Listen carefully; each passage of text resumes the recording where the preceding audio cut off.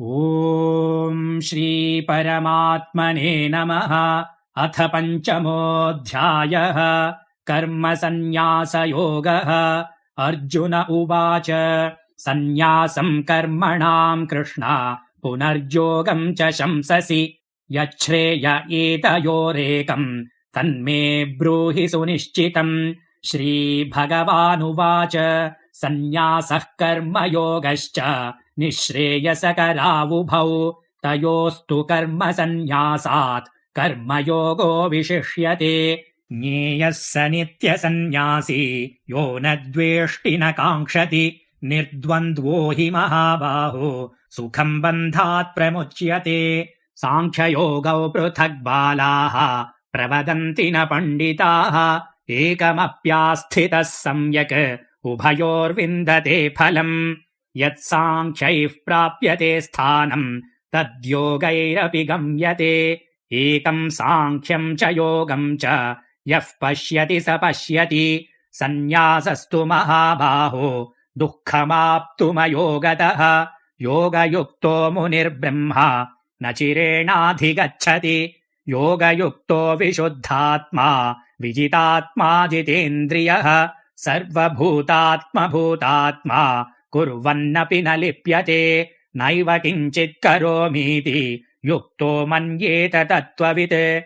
पश्यन् शृण्वन् स्पृशन् जिघ्रन् अश्नन् गच्छन् स्वपन् श्वसन् प्रलपन् विसृजन् गृह्णन् उन्मिषन् निमिषन्नपि इन्द्रियाणीन्द्रियार्थेषु वर्तन्त इति धारयन् ब्रह्मण्याधाय कर्माणि सङ्गम् त्यक्त्वा करोति यः लिप्यते न स पापेन पद्मपत्रमिवाम्भसा। कायेन मनसा बुद्ध्या केवलैरिन्द्रियैरपि योगिनः कर्म कुर्वन्ति सङ्गम् त्यक्त्वात्मशुद्धये। युक्तः कर्मफलम् त्यक्त्वा शान्तिमाप्नोति नैष्ठिकीम्। अयुक्तः कामकारेण फले सक्तो निबध्यते। सर्वकर्माणि मनसा सन्न्यस्यास्ते सुखम् वशी। नवद्वारे पुरे देहि नैव कुर्वन्न कारयन्। न कर्तृत्वम् न कर्माणि लोकस्य सृजति प्रभुः। न कर्मफलसंयोगम् स्वभावस्तु प्रवर्तते। नादत्ते कस्यचित् पापम्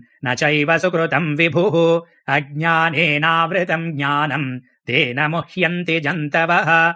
ज्ञानेन तु तदज्ञानम् येषाम् नाशितमात्मनः तेषामादित्यवज्ञानम् प्रकाशयति तत्परम्। तद्बुद्धयस्तदात्मानः तन्निष्ठास्तत्परायणाः गच्छन्त्य पुनरावृत्तिम् ज्ञाननिर्धूतकल्मषाः।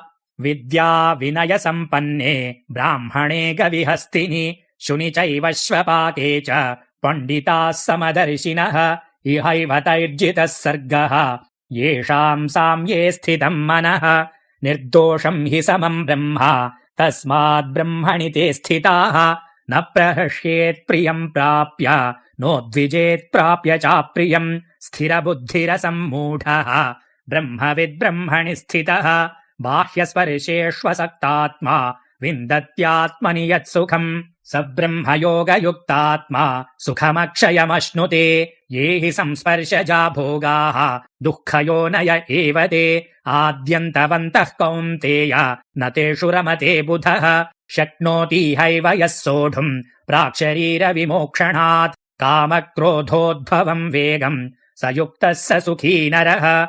योऽन्तः सुखोऽन्तरारामः तथान्तर्ज्योतिरेव यः स योगी ब्रह्मनिर्वाणम् ब्रह्मभूतोऽधिगच्छति। लभन्ते ब्रह्मनिर्वाणम् ऋषयः क्षीणकल्मषाः छिन्नद्वैधायतात्मानः सर्वभूतहिते रताः। कामक्रोधवियुक्तानाम् यतीनाम् यतचेतसाम् अभितो ब्रह्मनिर्वाणम् वर्तते विदितात्मनाम्। स्पर्शान् कृत्वा बहिर्बाह्यान् चक्षुश्चैवान्तरे भ्रुवोः प्राणापानौ समौ कृत्वा नासाभ्यन्तरचारिणौ। यतेन्द्रियमनो बुद्धिः मुनिर्मोक्षपरायणः विगतेच्छाभयक्रोधः यः सदा मुक्त एव सः भोक्तारम् यज्ञतपसाम् सर्वलोकमहेश्वरम् सुहृदम् सर्वभूतानाम् ज्ञात्वा माम् शान्तिमृच्छति। ॐ तत्सदिति श्रीमद्भगवद्गीतासु उपनिषत्सु ब्रह्मविद्यायाम् योगशास्त्रे श्रीकृष्णार्जुनसंवादे कर्मसन्न्यासयोगो नाम 5मोऽध्यायः।